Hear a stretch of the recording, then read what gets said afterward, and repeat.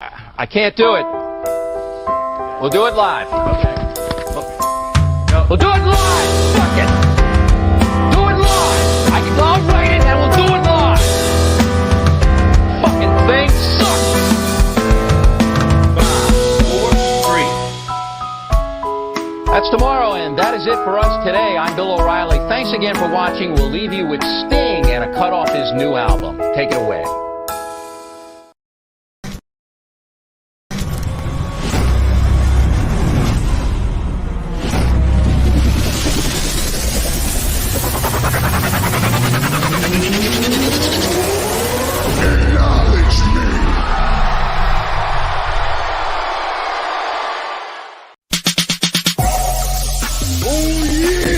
This is the Universal Wrestling Podcast.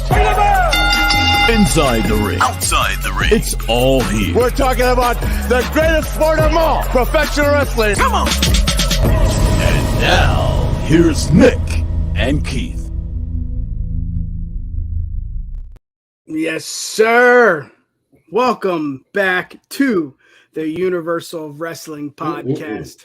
My name is Nick. His name is Keith. Blah, blah, blah, blah, blah. We're here, buddy. Friday night live stream. Yes, we are. We got a lot to talk about, but what's good, buddy? How was your week? Same old, man.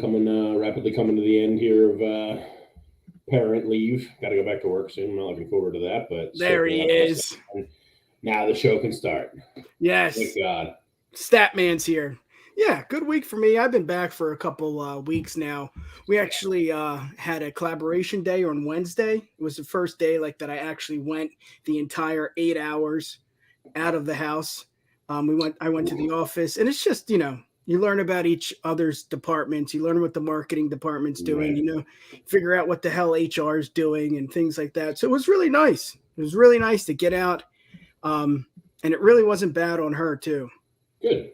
The first time I was gone for 4 or 5 hours, and that was a little tough. I think he was still kind of, young at that point, but he's still young, but you know what I mean.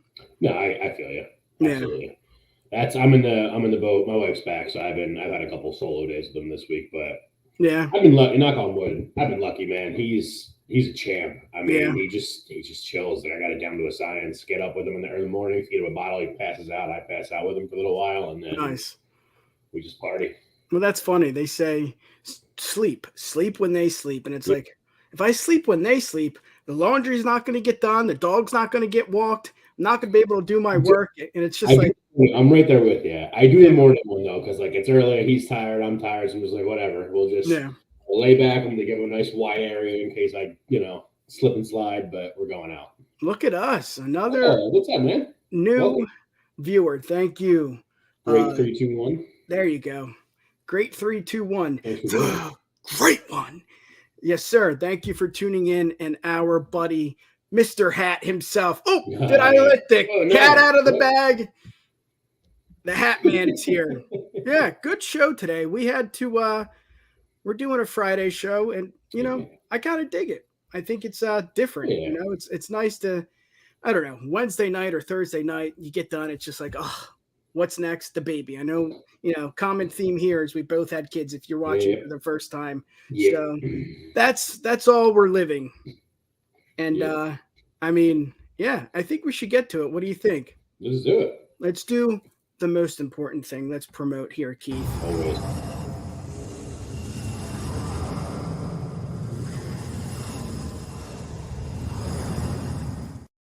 Yes, sir. And look at us.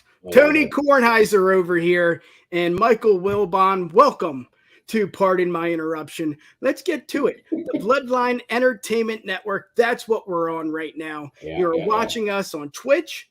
We're there. You're watching us on Kick. Thank you very much. May I have another? We're on TikTok. We're on, help me, Keith. We got a fancy website. Let's hear another. We're showing up on Facebook right now. We're popping out there on Twitter. You might be watching us on YouTube. We're all over the place, man. Everywhere you need to be and everywhere we want to be. Yes, sir. Yeah, man.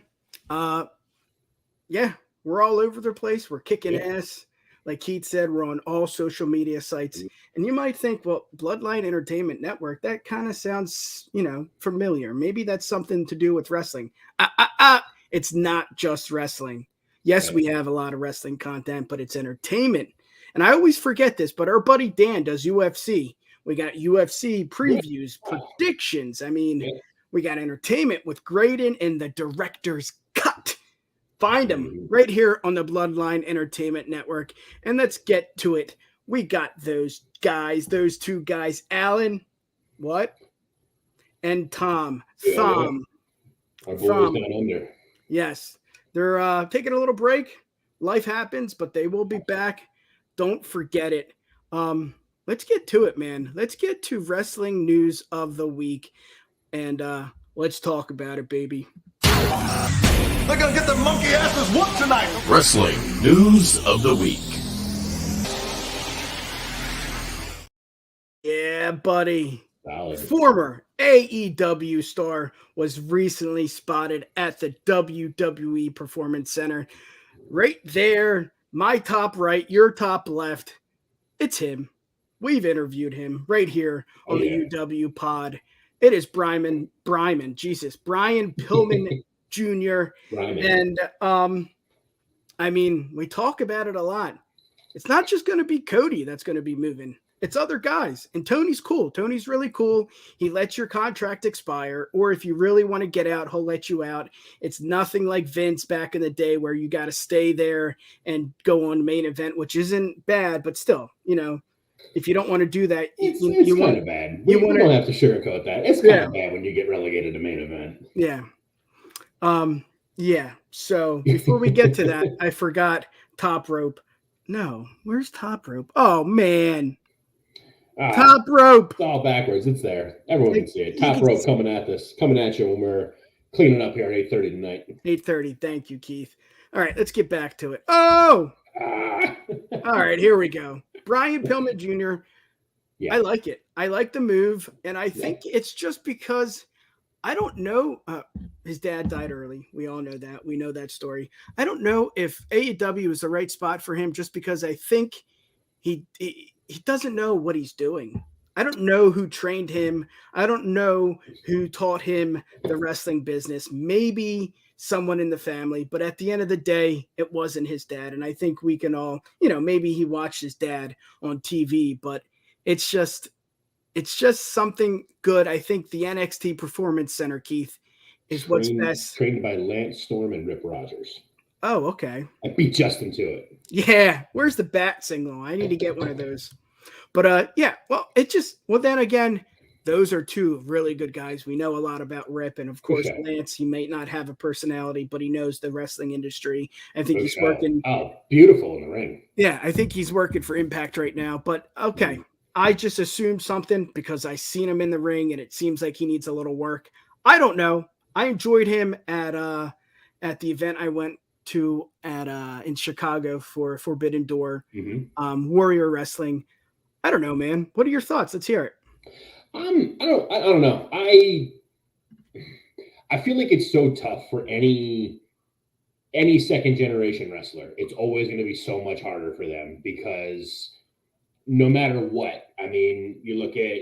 That's a really good point. Not a great example to bring up with it necessarily, but like you look at like Ava Raine, like it's the Rock's daughter. Like that is a bad friggin' Rock's daughter. Like she's immediately before she even did anything, before she became part of the schism, before she did anything, it was just anything. Rock's daughter. We talked about her on here when it was announced that what her name was. We're like, what's it gonna be? Is she gonna be like him? Da, da, da, da. And it's like you're always as a second generation or a third generation, God forbid, you're always gonna have that kind of pressure on you.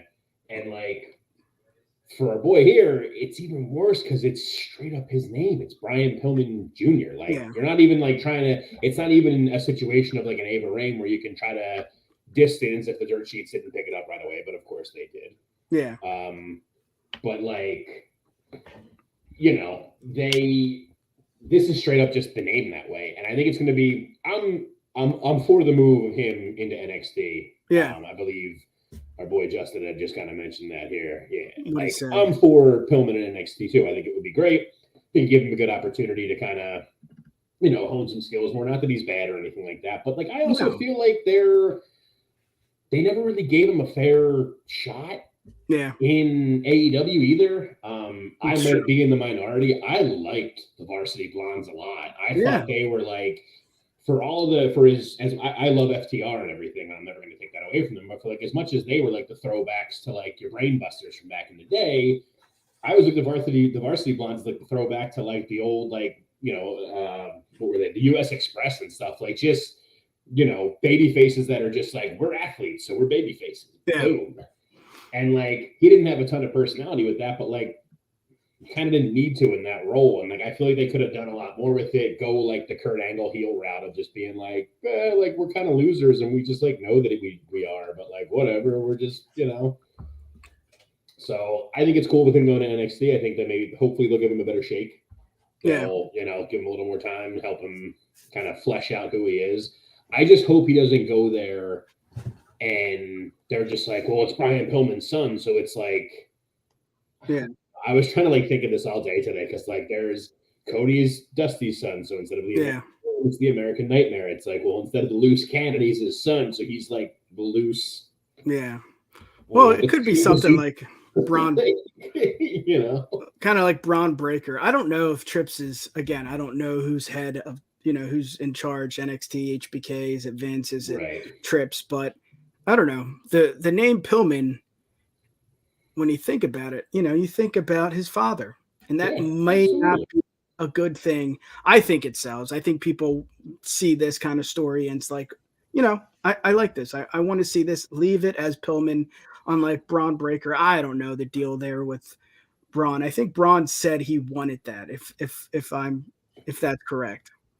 And I just was able to get it. So let's do it real quick. Top Rope Wrestling Talk live tonight at 8:30 p.m. EST. It's going to be great. It's going to be good. It is very interesting.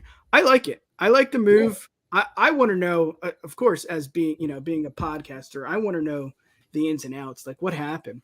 Like why? Because he was on the podcast and he said, change is coming. Change is coming. Right. And we didn't see much change. He still was tagging with Griff, or he was on Dark. He was on Elevation. I didn't see much change there with Pillman. Maybe he wanted to change. And Tony he's got a shit ton of things to do. Not just the NFL, not just AEW. He's got that football team as well. So he's, lost in the mix. And I think the change was that they lost Julia. That's a good point. Yeah. They lost Julia, but like that wasn't a good change. That was like that kind of hurts them. The flying cannon. There you go, Graydon. The flying cannon, Brian Pillman Jr. Or the flying loose man, whatever. Yeah. I think so. Like I will say, like going back to what you kind of said originally with Tony, with like Tony is like, I don't know how I feel about the like. I don't know. I have like mixed feelings about like how it kind of like goes down, where it's like, I'm not. I don't know. Like I don't even know how to like say what I'm trying to like what I'm thinking of, because like it's tough. Like you never like to see when like WWE puts out just like, oh, such and such has been released, we wish them best in their future endeavors, and they get that tweet or that post out or whatever, because like you hate to see that stuff. You don't want to see anybody get released, but like. Yep. I also feel like at least with like those, it's like, you see those releases happen and there's like buzz that goes out with it. Whereas like, this was something that like the dirt sheets and stuff like picked up on and everything, but like otherwise it would have just been like they're like Tony's just more, rather than like doing the releases, which I guess is a good thing. It's just kind of like, well, I'm just gonna let your contract expire and we'll go from there. Which is so it's like And like, I guess if you're a big enough name, it gets picked up better and stuff like that. But like, even like Cody, I could be wrong. Someone, Justin, looking at you to fact check me, but didn't Fuego del Sol have the same thing like a couple weeks ago too? Like, didn't Fuego's contract just expire and now he's just gone? That's a good point. Not saying that any of us were sitting here clamoring for like, dude, Fuego title picture, like, but still, like, like I feel like at least with the releases.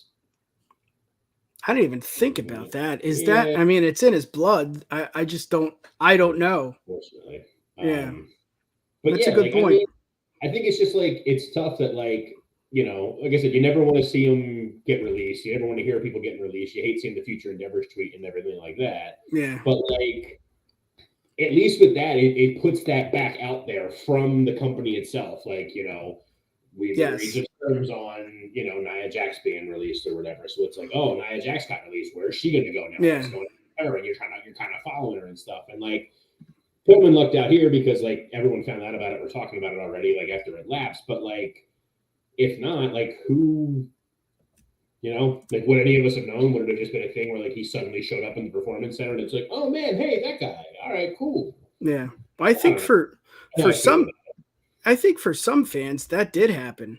It was a surprise to me. I mean, just doing the research today, that's when I found out. I mean, yes, you know, I'm a fan and I've had him on the podcast and he's a good dude. I just think Tim is right. I think what Tim said here is he just needs structure. And I don't think it's just wrestling and storyline structure. I think it's structure at home. I think he needs that Walmart 100. Well, I don't want to use Walmart, but that Fortune 500 company compared to the little guy. And that's what the WWE is. So maybe he'll get some structure with HBK and the coaches there. I can't wait. I'm excited. Yeah, I really am. I agree with this one from TK here too. Of where's he been? You know, where's Griff at? Griff's hurt, I'm pretty sure, but like, is he? Bring him back. Let's get something. Let's keep him as the varsity blonde solo. You know, something. Now that's another good question too. I mean, now it's happening. Now what Brian Pillman wanted. You know, Griff is on his own. He's left the company. I truly think he could be something special. I think, again, the structure is what he needs. I think, I'm going to say it, but I think he could, how do I say this politically correct? He could buff up a little. I think he could do that. I think he could get into a schedule, like Tim said, with structure. And I think that's what's best for him. And, you know, I honestly think him moving to NXT could be great just to kind of hopefully get out of the shadow of the name.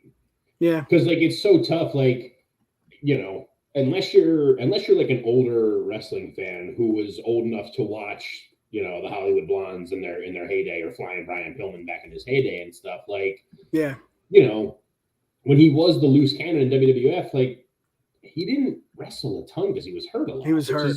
Not putting him down for that. It's just a fact of life. Yeah. So like so much more of like, you know, the average wrestling fan of like our age even, like if you say Brian Pillman to them, they're immediately thinking that Pillman's got a gun. Yep. You know, or him coming out, you know, on the crutch with, you know, and just, you know, yes. Which there's nothing wrong with that. But no, like, that's what you're associating to that, and then you got his son who Pillman Jr. He doesn't really sound like him, which is okay. That's not like a problem. But like, that's a good doesn't point. really sound like him. And even if he did, the little bit of stuff we've heard him like talk and everything in AEW, it's not even close. And that's not a slight at the guy. It's just It's again going back to Ava Rain. It's just like you're kind of screwed that like your dad was just one of the best talkers that we ever saw ever. So you're stuck in that shadow for right now. So that's it at the end of the day. Yeah. Yep. Let's get to the next topic here. Yeah. I feel like you've been biting at the bit to talk about this. I have never been more angry. Screwed up. God damn it. It's the wrong headline. Hey. Whatever. Just ignore that piece down there. We'll get aside.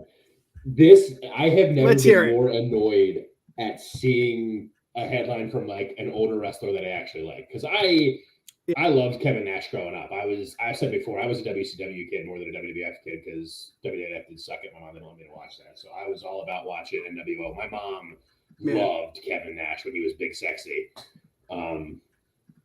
So I was all about him. And I was just, when he said this, I'm just like, you shut your damn mouth, man. If anybody doesn't know, Nash went on his podcast this week and was basically kind of ripping into LA Knight, saying that he's just a ripoff of The Rock. Which I don't know. When he said the first thing that popped into my head to just while I collect my thoughts on what to actually say. The first thing that popped in my head was it was just like it's like I feel like wrestling gimmicks are like the same as like people say with like music, where it's like nothing. There's like nothing really new. It's where we're at a point where it's been around for so long that like you're going to be hard pressed to find something that's like brand new that no one's ever done anything like before. So like, you know, everything is an imitation to some extent of a character in some way, shape, or form. So like, if you're going to imitate a character, The Rock's kind of a good one to imitate, and I don't think it's even close to the same thing because. No, it isn't. Yeah, I don't know. What do you think about it all? I was so annoyed. I don't think it's a ripoff of The Rock. I think he's just charismatic as fuck. Yeah. I mean, old timers can say what they want, and that's fine. I mean, he's done a lot for the business. I mean, he was part of one of the biggest groups ever, maybe the biggest group ever. But what I'm more upset about is he said something along the lines of, where did he ever get over? Like this guy has never gotten over. It's like, dude, did you watch Impact? Did you watch NWA? No, of course he's rooting his buddy on, Trips. He's watching it nonstop. It's the big dog of the industry. We get that, but he's over. He's over, and he's more over in the WWE. I mean, he just can't get any over than LA Knight as we speak, know. So that's what pisses me off. I could care less that he tweets and he, has his own podcast. I mean, he's going through some shit, Keith. We know that for a fact. But I just think it's, let me toot my own horn and let me give you what I think. I just feel like it's so, it came like from so out of like left field about it. And like, yes, I don't know. Timmy brought up a good one here. That I didn't even think about like when I was just saying it there, but like, yeah, wrestlers imitate wrestlers all the time. Hulk Hogan is literally just superstar Billy Graham. Like, I mean, look at Ric Flair, brother, the blonde hair with the black goatee. That's all superstar Billy Graham. Like, yes, to a T. It's the same person. No one there has any was. I mean, granted, podcasts weren't around back in the '80s, I guess, but like, could you hear Nash going on there and just being like, "Why does everyone love Hogan? He's literally just superstar Billy Graham." Like, no, he's. Because it's crap. Yeah. I mean, Ric Flair works. And LA Knight, like to your point too, like, yeah, LA Knight was over an Impact. And he had a great quote too. I forget if it was either Chris Van Vliet or one of the other ones he did an interview with. They did an interview with him, and he was like, yeah, I was Impact champion. Like, it sucks that like only 2 people were watching Impact at that time, but like totally did it there too. Yeah. I was the champion there. Like it's not his fault that no one was watching, but I guess like that's my whole thing is it's just like now because it's like because he's getting the pops, because he's finally getting everything that he deserves, it's like, oh, he's just imitating The Rock. It's like, bro, he's been this character for years. Yep. When he I always talk about shoes of a champion, but like he does the during shoes of a champion when he's in there. When he was Eli Drake, it was still the same. Instead of LA Knight, it's Eli Drake. Like, yes, it's just what he does. That's his actions and everything. And sure, if it's a little bit like The Rock or like Stone Cold, so what? Yeah, imitate the best. Like, what's wrong with that? Yeah, and Flair's done a lot of interviews, a lot of podcasts lately, and he always goes back to this guy, Buddy Rogers. I mean, it is what it is. That's just what you do. I mean, he looks.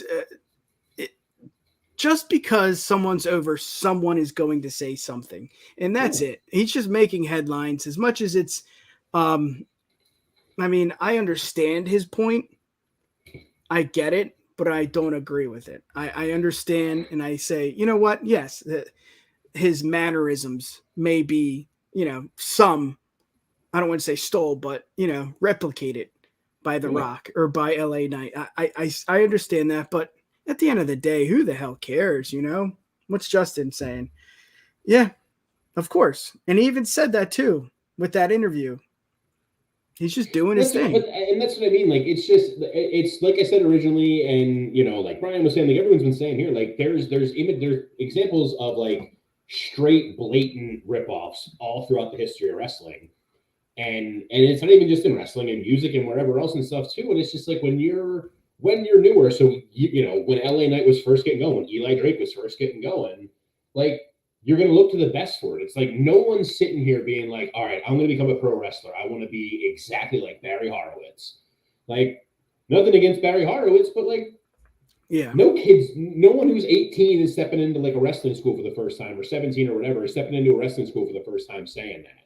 Yes. You know, or like, you know, God, I can't wait to be the next Brooklyn Brawler. I'm going to be just like him. Like, yeah. No. Like, those guys have their purpose, and like they have their own place in history and stuff, and that's great. Yeah. But they'll be the first ones to tell you, just like, no, I was never over. I made a paycheck and it was steady because I did my job. But you know, I wasn't cashing the checks that Austin and Rock were in 98, 99. I just Googled it too. Mm-hmm. Evolution, 4 Horsemen, Abyss, Mankind plus Kane, Chris Masters, Lex Luger. Let's see what else we got. Bullet Club, New World, New NWA. Exactly. Eric Young, Daniel Bryan. Yep. That was probably the worst one in my opinion, because it was like 2 years after the fact, and they took a no one to try to make him something popular. But Daniel Bryan was over anyway. Ryback, Goldberg. Yeah. I'm still here. It's all cyclical, man. It all repeats. It's all just you know, it all comes history around, it all goes around. Exactly. Repeats itself. That's for sure. Let's get to the next topic. This is pretty cool, Keith. Britt Baker, I don't know if she was on a podcast or whatever, but she said, I would love to have a match with Charlotte Flair. I know my boy Timmy's here. He's a huge fantasy booker. This would be it. This would be the match that, you know, people want to see. This would be the, you know, the Forbidden Door match that we always, you know, dream about. They always talk about it in New Japan and AEW, but God forbid, could you imagine AEW and WWE? And these two ladies would be the match we would want to see. As much as I think it would be cool to see the different skill sets and in-ring ability for, you know, someone like Bianca or someone like, you know, Becky. I think we all know, as much as, you know, you're not a fan of Charlotte, I think you can say, yeah, I would want to see this, right? What do you say? Oh yeah, no, I could see Britt and Charlotte. I think is a great matchup. I would love to see all of the WWE 4 Horsewomen with. I mean, listen, a WWE AEW Forbidden Door. Yes, Graydon, exactly. Blue Cane for life. That shit was so funny. But yeah, it'll never happen. But we would all love to see a WWE AEW Forbidden Door, and I would totally book Britt and Charlotte. I'd probably book Becky and Cheetah. Becky. Yeah. I got to see Paige. And Jade. Yeah. I got to see Paige again, or Sriracha going one-on-one with, like, I don't know, Charlotte, I guess. Who's still there that when she was there? I don't think many. Charlotte, if at all. She brought Charlotte and Becky up from the main roster. Team PCB. Yeah.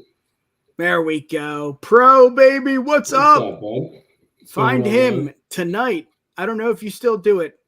Comment back, but Rampage, he does live watch-alongs. I dig it. Yeah, this is what I would want to see. I'm a big fan of Charlotte Flair. Britt, I mean, I just think, I don't want to say lost in the mix, but she could be doing better. But I think you just, in AEW, in her position, you kind of have to just do what she's doing, just because she can't be on top 24/7. You know, it's kind of like Sriracha and her group. You know, she can't be on top. She's not going to be champion. Yes, it was a cool comeback. Yes, it was a cool win. But at the end of the day, she's there to get, you know, Ruby over. She's over to get the women's champion Tony over. That's what she's there for. And just to be back. Talking about Sriracha way too much. Yes, this is what I want to see. Yeah, no, it's awesome. I mean, I feel it wasn't. I don't know. That's a Justin one. I know Britt was she was part of a squash match against Nia Jax when they were building Nia Jax back up again. Okay. Britt in one of the Mae Young Classics. Anyone can comment. I mean, I assume Justin's going to get back to me first, but yeah, I might be wrong on that. Maybe she wasn't, but I know she was one of the ones that Nia Jax. That's a good question. Her back up, but like, you know, I think Britt fits it so well. I think out of any of the women in AEW, Britt is the closest to. I think Britt's like the main woman that I could see jumping ship and succeeding in WWE with not really any change at all. Because like she's not, there's nothing like crazy like different about her. Like I feel like she's not something that like we need a crazy adaptation. Like I know everyone and their mother is like, oh, MJF's going to WWE, but everybody talks about that, but nobody would want that. Nobody would like to see that because an MJF in WWE would be terrible, in my opinion. I think so too. He wouldn't even be close to like the things he could just do and say now. Same with like any of the women going back to Sheeta. Like Sheeta would just be, she'd be made a geisha like immediately. Or what was her name? Oh God damn it, the NXT Saray. She'll have a necklace from her grandmother that makes her transform from a Japanese schoolgirl into a warrior. Like, and who's the one that had the cool slow motion entrance and she was on the main roster for like a hot minute? Xia Li, yeah, she's still there. She's still on the main roster. She just hasn't gone anywhere. She's awesome. Did you get your question answered? What was it? I thought you had one for Justin. Yeah, Justin, your sister. Because I got this cool new. Tessa was. I knew Tessa was. I thought Britt Baker was. I got this cool new video for Justin when we need him.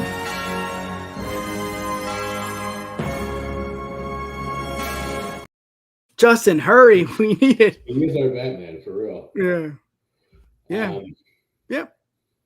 But yeah, I mean, it's really cool. I mean, I think it's like this kind of stuff is one of the best things about there being like competition again for WWE is that we get to like see stuff like this and like have these kind of discussions. It's not just like I hope they sign soon so I can fight somebody. Yeah.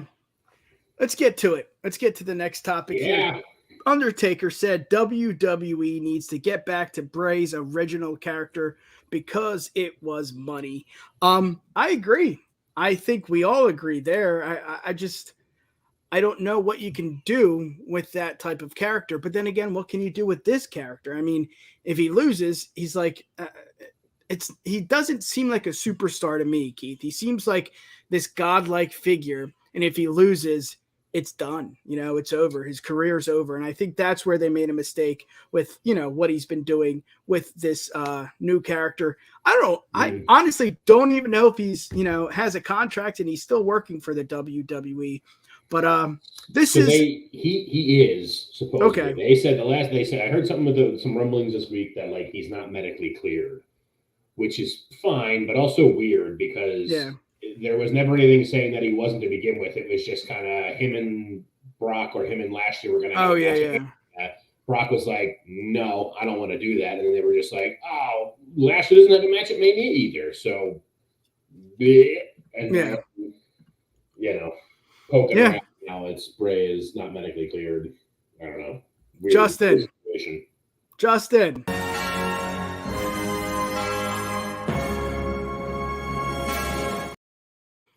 Does he still have a contract with the WWE?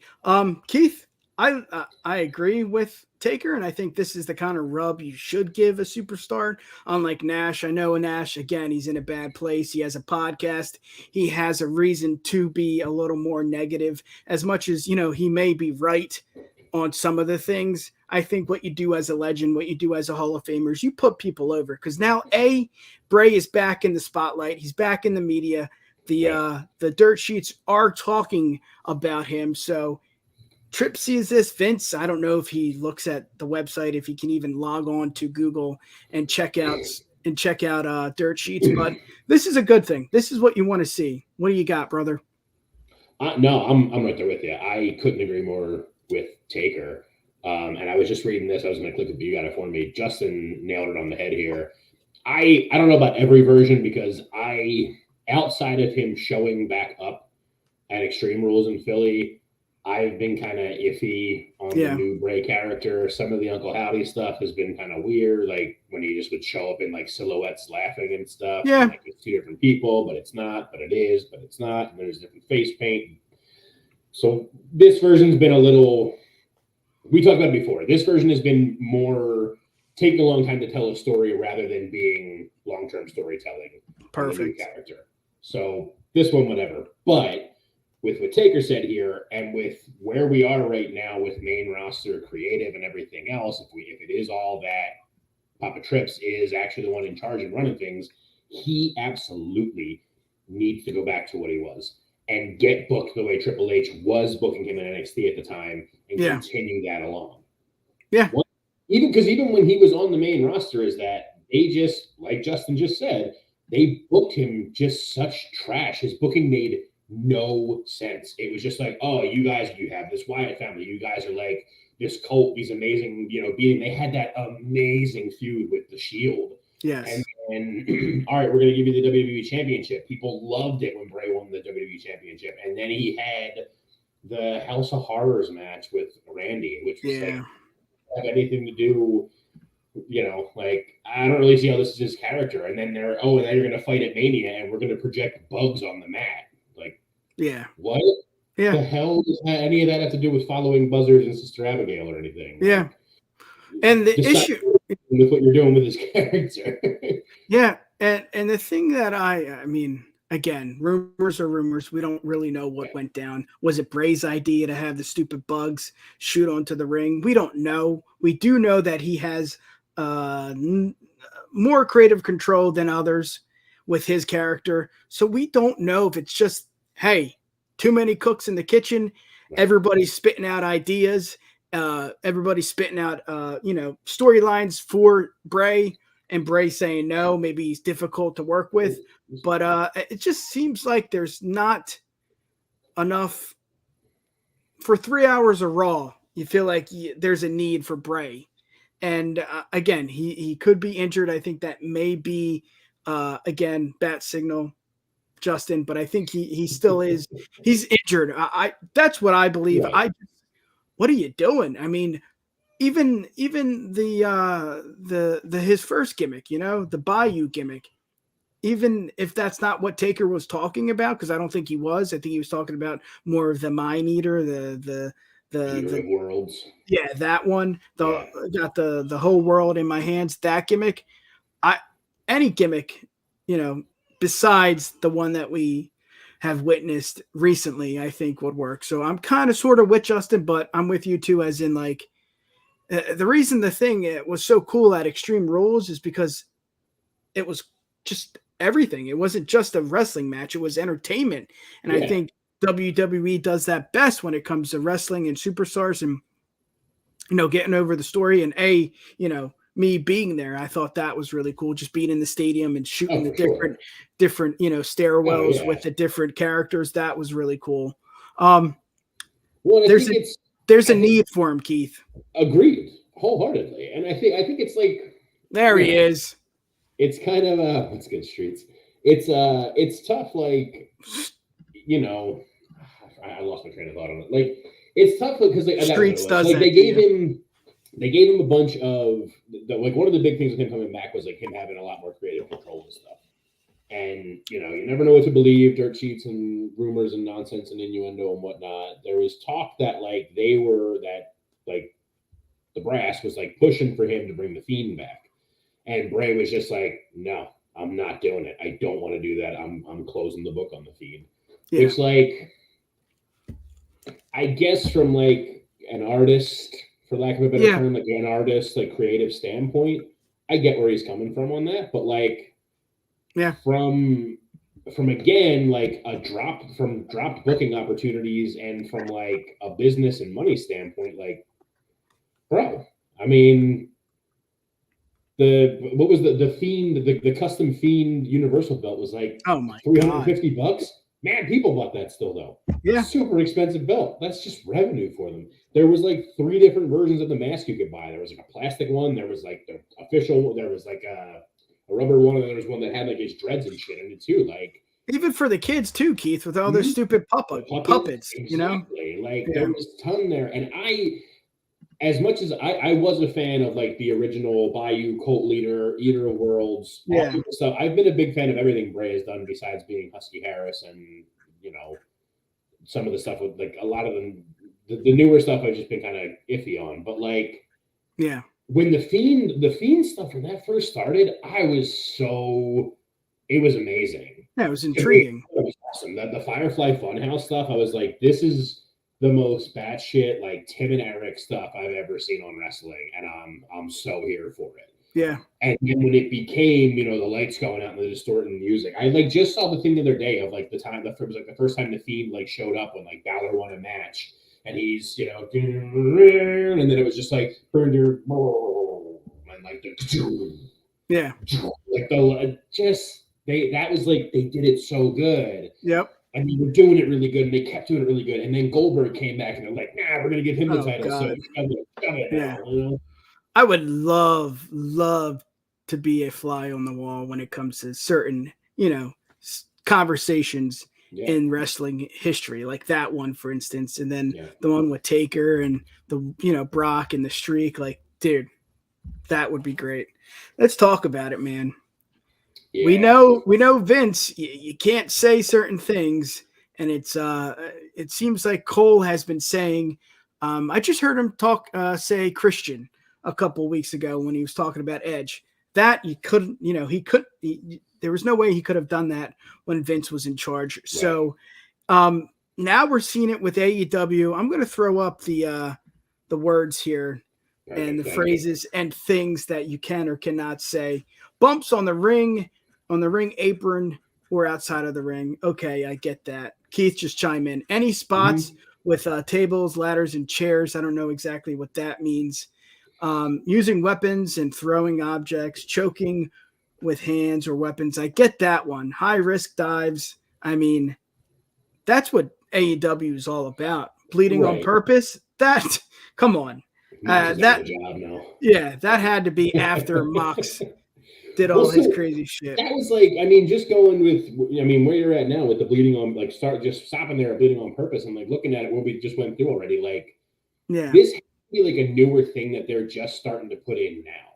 Because literally everything else on there is like the norm, And I don't, but like, I don't know. Part of me doesn't know, like, there's a part of me that thinks this is like maybe like I don't want to say like a dirt sheet, like leak kind of thing, or like a fake kind of thing, but like, I don't know. Some of it doesn't seem right to me. Some of it I get, and some of it I totally agree with, because I know there was the one about like the fan interaction, like he doesn't want MJF throwing cups of tequila in the children's. That's just inappropriate. Yeah, so like that's fine. I get that, but like, like you just kind of said, the high risk dives and top rope moves, like, bro, that's like literally that was like what everyone tuned in for originally. Same with the all variations of pile drivers. Like, what? No, that's a WWE rule. They ban pile drivers. That's one of the reasons why. Like, I want to watch AEW because I can watch pile driver get hit. I can watch the Fear Factory happen because Owens is allowed to have the package pile driver. But I can watch Penta do the same, do the same move, and sure, I'll take that because I want to see the move happen because it's so pretty cool. Yeah, but like that's another good point too, Justin. Yeah, like it was, Yeah, if it's out of the only one I remember seeing that the only ones I remember seeing that I totally agree with, like I said, was the fan stuff. Because like if I had, especially like like what we all know, like prices of those seats down lower at events cost and shit. I'm not even a kid. I'm 34 now.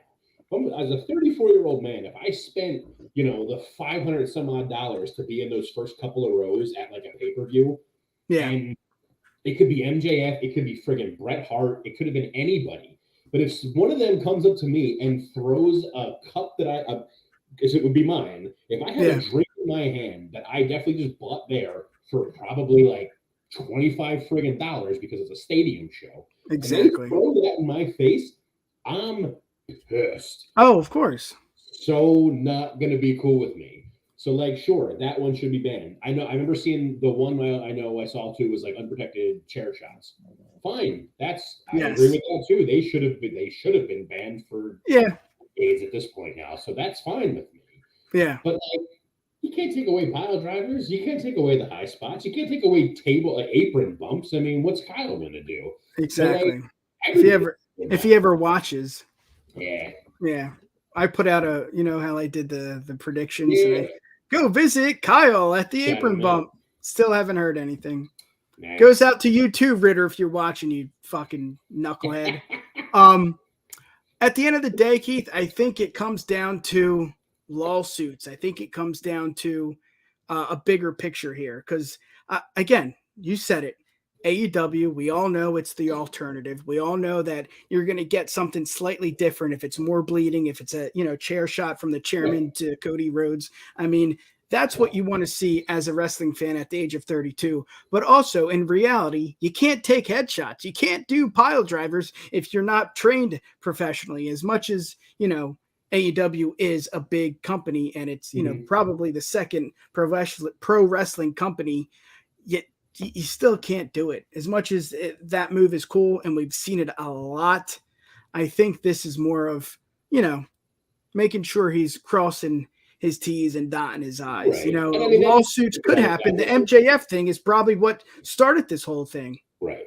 Well, and that's what I mean, though. Like, that's something that's there. But, like, and I know it's got to be tough because, like, you can't, like, set rules for just being like, all right, well, if you've only been in the business for X amount of years, you can't do a pile driver, but otherwise. But, like, it's tough because it's like, yeah, like I get, if maybe somebody like, not that I think she's terrible or anything like that, but like if it is someone like Jade, Jade Cargill's only been good point. Trained for like, 3 years, 4 years, maybe tops at this point. Yeah. So like, sure, if you're worried about her doing a pile driver kind of thing, I understand that. And I understand anything like that. Yes. But like, if we have a match where I know I've been very negative, haven't changed too much, but like if I'm watching Samoa Joe and CM Punk fight each other on friggin' Collision, like, you're not going to sit here and tell me that these two decade-plus veterans who have done pile drivers and everything else under the friggin' sun forever and a day at this point, like, you're not going to tell me that, you're not going to tell them, you're not going to tell those two, and you're not going to tell me that those two aren't on to do a pile driver onto the apron. Yeah. Because if either one of them does, it's going to be the safest pile driver that's like ever happened. Yeah.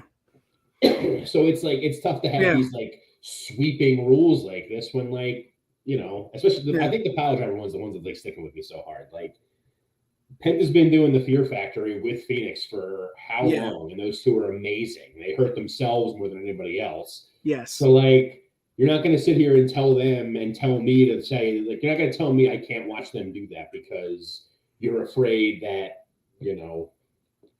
Pillman Jr. is going to hurt someone. Like, well, then, don't approve his finisher if it's going to be a pile driver. Yeah.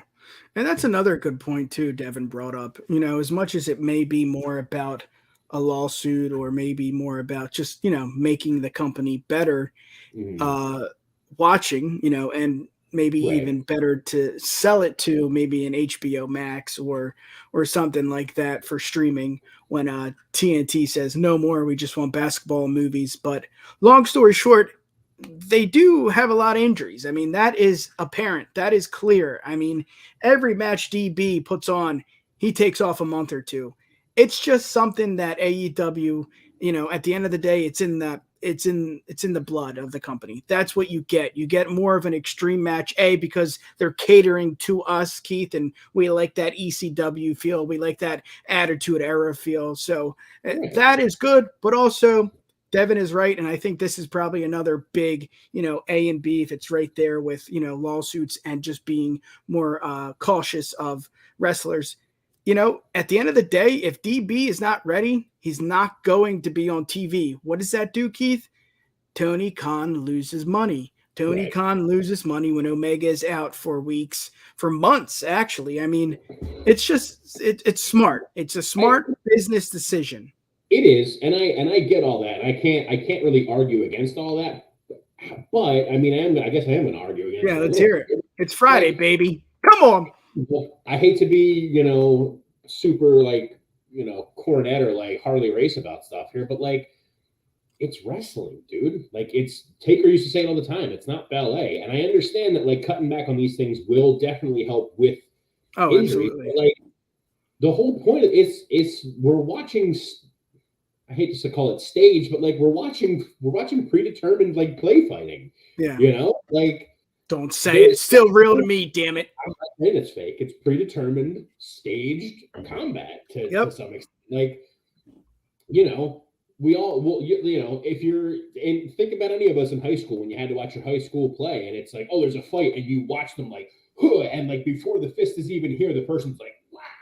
Like, yeah, that looks like trash. So like if I'm, as a fan of wrestling, if I'm watching wrestling, like, you know, I don't want to, I want to, you know, pull me into it. Like, I got to see some of it, and that's going to result in injuries sometimes. Yeah. So, like, I get, you know. Oh, look, I guess you showed up a little too early. Yeah. So, like, I mean, you gotta protect your investments. You're absolutely right. You and Devin, you're both absolutely right. But it's, I don't know. I just feel like when you start making lists of like sweeping kind of generalized banned moves, like Justin kind of mentioned, like not really clarifying them very well, getting to that extent, it starts making me think of like the South Park like Sarcastaball, where it's like they're all gonna wear bras and like hug each other with a balloon and stuff, where it's just like wrestling's gonna just become a thing where like it's gonna be two guys in the ring walking in circles and the first one to trip and fall loses. Like, all right. Well, I pulled up a list, and what AEW started 2019-ish, maybe. So what, 4 years? 19? Yeah. So Thunder Rosa, Tay, Santana, Matt Jackson. I mean, these are big names. Kyle O'Reilly, Statlander, Evil Uno, Danhausen. Maybe not huge names, but still CM Punk, Buddy Matthews, Andrade. Yeah, I think there's more to that. But yeah, I think at the end of the day, that's what it is. It's injuries. It's being a better company. You know, I think it's smart. Yeah, buddy. Yeah. Let's get to the next.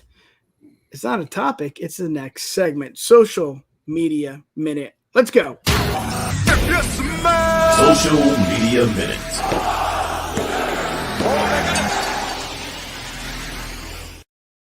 Sir, let's get to it. Social Media Minute. You might need your bifocals here, but so there was a video going around this past 2 weeks with Solo, a young Solo in his kitchen just dancing. I think it's kind of funny because if you look at his character now, it's just like so effing serious. So I don't know. Thought it was funny. What do you got? No, I love finding like the old stuff like this. I don't know if it's going to be in here too, but it was there was one making the rounds on. LA this week. LA's in every fucking. He was in a commercial. I mean, he's just all over. The training, the Triple H. That one. Yes. Center. Yes. That was great. He was like, yeah. It's so good. Let's get to the next one here. Again, you may need your bifocals, but it says on this day, 30 years ago, Kane set fire to JR. Do you remember that? That was really serious. When I was younger, I'm like, holy shit, he really did that. It's just a wild one. That's the kind of things you don't see anymore. But yeah, I don't know. Taking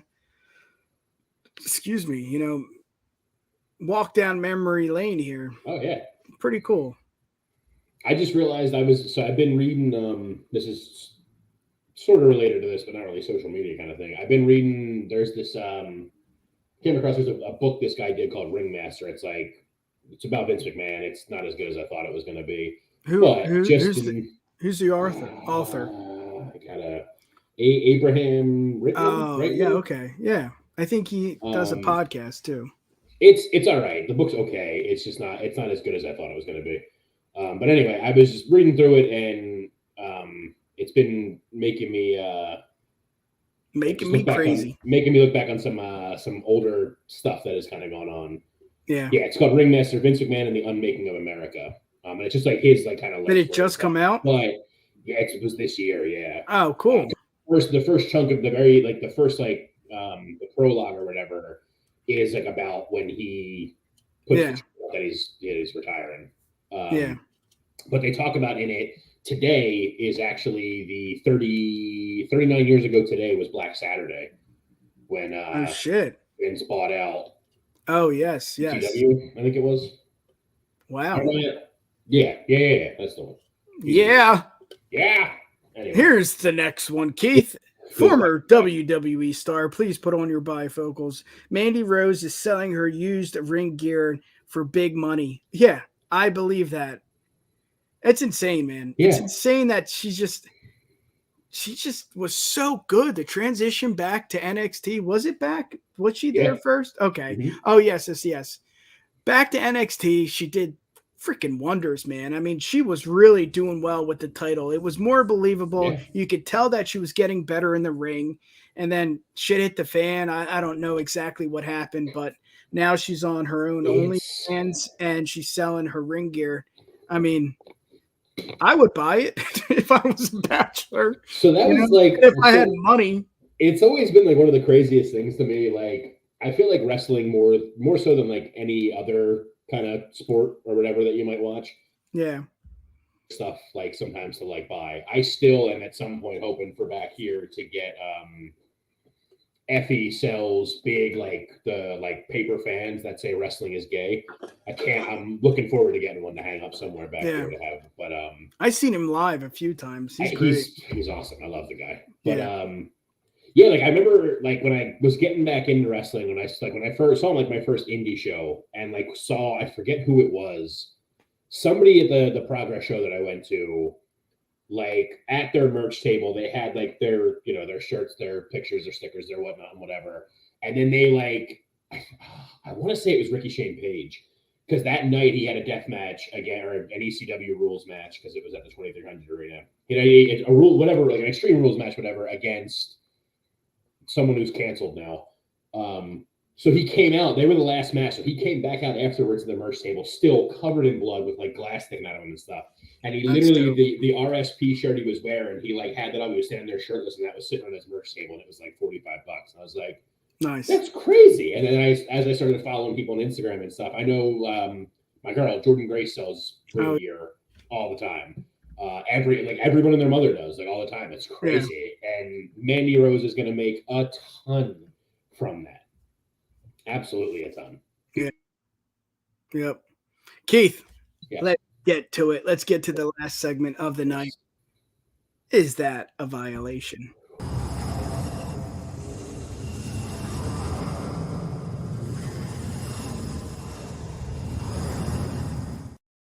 Is that a violation? So everyday situations when you go to maybe a grocery store or a Wawa or something like that, and someone doesn't hold the door, we're going to get into it. Is that a violation? Let's hear it. If you got any violations, type it into the chat and let's talk about it. Keith, the first one here. Is that a violation? Living in Philadelphia as a Dallas Cowboys fan. Let's hear it. Violation. 150,000%. Yeah. It's not only annoying being an Eagles fan that meets a Dallas fan, but a Dallas fan that lives in Philadelphia is like 10,000 times worse than your average Dallas fan. Yeah. And the idea, I get it. You know, my dad was a fan, so I'm still a fan. But still, I mean, you're in Philly. It's just, come on. That's a violation. You're allowed to like your own team and stuff, but it's like Cowboys fans in Philly are so much worse than any other team fans that I've met in Philly. My cousin's like a big Broncos fan. Doesn't bother me as much. No. I guess different division, like different conference and all that, but like he's not nearly as much of like a douche as like any Dallas fan I've ever met in Philadelphia. Yeah. Let's get to it. Let's get to the next violation. Keith, you brought this one up earlier today. Is that a violation? Merging into, oh man, I gotta. What do you think? When they brought this up, merging into a long line of cars while exiting, that's a violation. If you're just gonna speed up and go around a shit ton of cars, I mean, I'm from Jersey, you're from PA. We know all about the beach. We know all about the shore. Mm-hmm. It gets packed during the summertime, and I see it time in and time out. People just go around the long-ass line, and there's enough room to, when you make that exit to go around. That's a violation. What do you got? Yeah, violation and a fucking half, man. I sent you this at like literally after it happened to me because I went to go visit my wife at work and take her lunch. So I was coming home, and the exit needed to get back off of. There was a huge line of cars backed up, and I was like, I'm not gonna do it anyway. I'm not gonna go there. I got another way I can go. So I was cruising down, and as I'm cruising down my lane, there's another car that's just stopped and sitting there with his blinker to try to get into the line of cars. That was like, no. You get over back there. You got to go back there, and you got to wait. And when I'm someone in the line and they come up, I'm pinching off every time. Of course. No, I waited. You wait now. Piss off. Violation and a half. Violation. Let's get to the next one. Is that a violation? Talking on the speakerphone while in public. When I walk the dog, I'll put it on speaker and talk, but not in public. If I'm on the train or at a restaurant waiting to be seated, or in a movie theater or just anything like that, no, I that is a clear violation. Absolutely, it's the most annoying. It's one of the most annoying things in the world. Yeah, I don't care what you're talking about. Nobody thinks you're important enough to hear what you're talking about either. Just hold the phone to your head. It's not that hard. It's the same thing you're doing. Yep. Next one, Keith. Is that a violation? Telling someone to calm down. I guess it depends on the situation. If maybe they're mad, maybe that's not the right time to say calm down. But if they're super stressed and maybe they're just, a little bit, they're not in the right state of mind, Keith. Yeah. Maybe that's an okay time. I guess it's just the way you say it. Yes. I'm gonna go not a violation on this one because like you just said, it's a situational thing. Calm down, babe. It's okay. If it's like if you're like escalated fighting with someone and it's like, all right, look, calm down. Like, no, I'm gonna kill you now. No, I'm way more amped up. But when it's like, stressing about whatever, because we took the little man to the beach for the first time last week. Oh, nice. Which beach? I don't know, Ocean City. Okay. Just for like a day trip, but like getting everything together, like before that, like the night before, because like last year, me and my wife were on the beach, just like whatever, we'll just get up in the morning. We'll take. You like the beach? Yeah. I hate the fucking beach. Now than I did when I was younger. I think I'll like it more as a family, but I can't stand the sand. I can't stand the sun. I'm pale. If you can't tell. It used to be we're gonna go down, so like cool, throw some chairs in the car, we'll rent an umbrella when we get down there. Yeah, little sex on the beach, great. We'll have some beers and we'll do our thing. Yeah. This was like, all right, we got to make sure we have extra formula pack. We got to bring this tent that we bought so we can keep them covered in something. We got to make sure we got this. We got to have this. We got to have baby powder to get sand off of them, and like all this stuff. Like it was like we had to like literally like pack the car to go down for not even overnight. It was literally for like 9 hours. I had to like pack the car up. Like, geez, this is crazy. Let's get getting that all together. My wife was like freaking out. I was like, it's all right, calm down. We got this. Yeah, calm. Let's get to the next one. One of my buddies, I won't say his name because he watches the stream. He's currently doing this. Let's get to it. Is that a violation? Sleeping in the house owner's bed while house sitting? I guess it really depends. If it's a buddy, that's a violation. If it's a sister or a sibling, maybe, I think that's on the borderline of a violation. I personally would give that person a violation. You can't sleep if it's your sisters, your mothers, your fathers, your best friends. Sleep in your own bed. It's an odd thing for me. If there's a guest room, if there's a couch, if there's a fucking floor, Keith, I mean, just don't sleep on the bed. What do you got?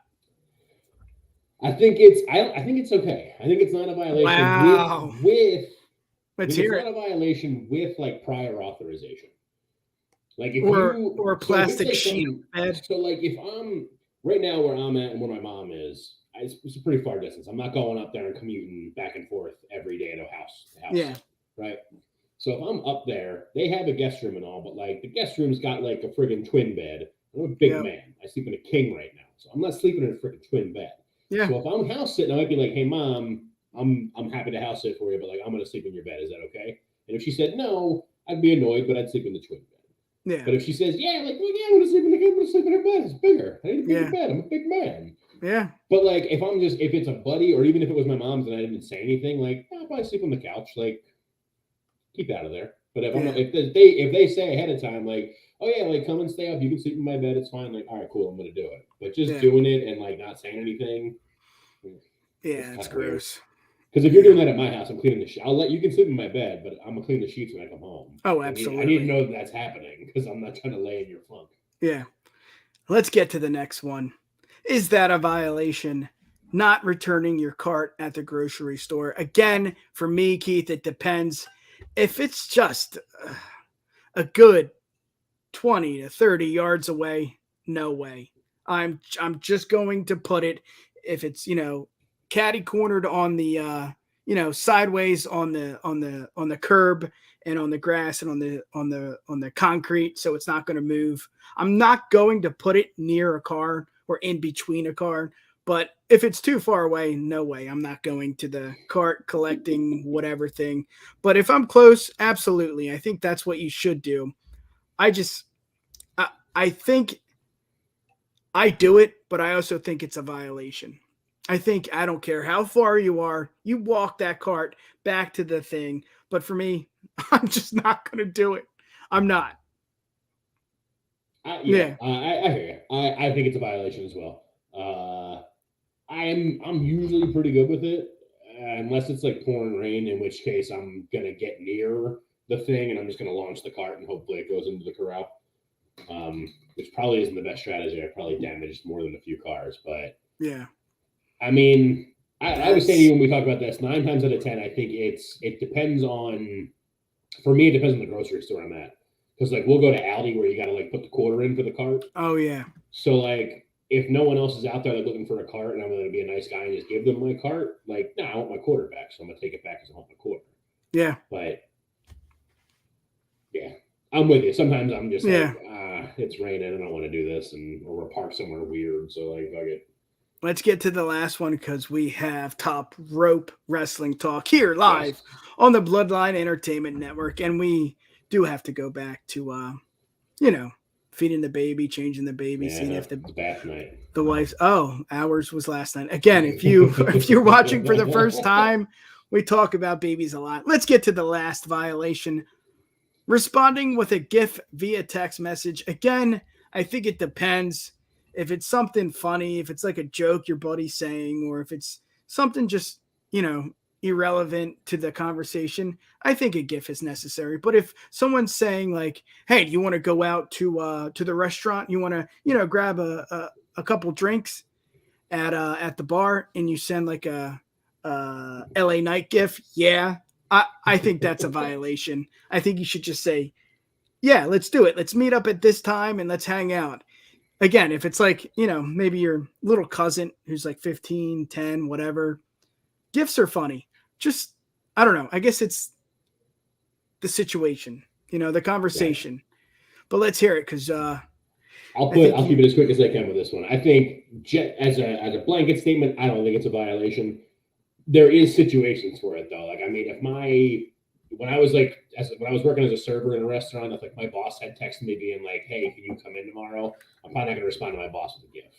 But like, good point. Pretty much anything else. I mean, short of like someone being like, hey, my mom texted me like your uncle died. Like, I'm not going to respond with like, a graveyard thing with like a flower popping out or something like that. But like, I respond to my wife. I respond to like a bunch of my family all the time in gifts. Yeah. I had a chain for a while of just with my cousins of just we were only talking in major pain gifts. So I'm all for a gift response. I don't think that's a violation in the right situation. I mean, your boss to shack me and shit. But yeah, I think it does depend on the situation. Keith, let's get the hell out of here. It's a Friday night. Let's go hang out and do nothing. Top Rope Wrestling Talk live tonight, right here on the Bloodline Entertainment Network. Go check them out. 8:30 live with Bruce, Wendy, and your boy Dom. Again, the Bloodline Entertainment Network. We're here. Thank you for watching. As you can see, we're on Twitch, we're on Kick, we're on Twitter. We have a fancy website. Thank you, Timmy King. You are killing it on the website, as well as every other Bloodline member in and out, Keith, every day doing something for the Bloodline. And all the honor. It's great, man. There. It's great. And the broadcast, again, they will be back very soon. That's all I got, Keith. Let's get out of here. How can the people find you? Give them what they want. You all know, for the newbies here, though, I'm on Twitter at Keith of the Ring. I'm on Instagram at _Keith of the Ring. I'm on TikTok at Keith of the Ring. I haven't done a lot on there yet, but I'm working on that still. And I'm everywhere else where you can find the UWPod. Yes. Somewhere in the background there. In the In Time Boys, Justin and his brother will be back. Get ready for that. Yeah. Let's get the hell out of here, Keith. You know it. Peace. Yeah, baby. And here it comes. Thank you for listening to another edition of the Universal Wrestling Podcast. Like that blood up and say. Check us out on the web at TheUWPod.com. You've got mail. Or send us an email. info@TheUWPod.com. Universal Wrestling Podcast. Nobody does it better.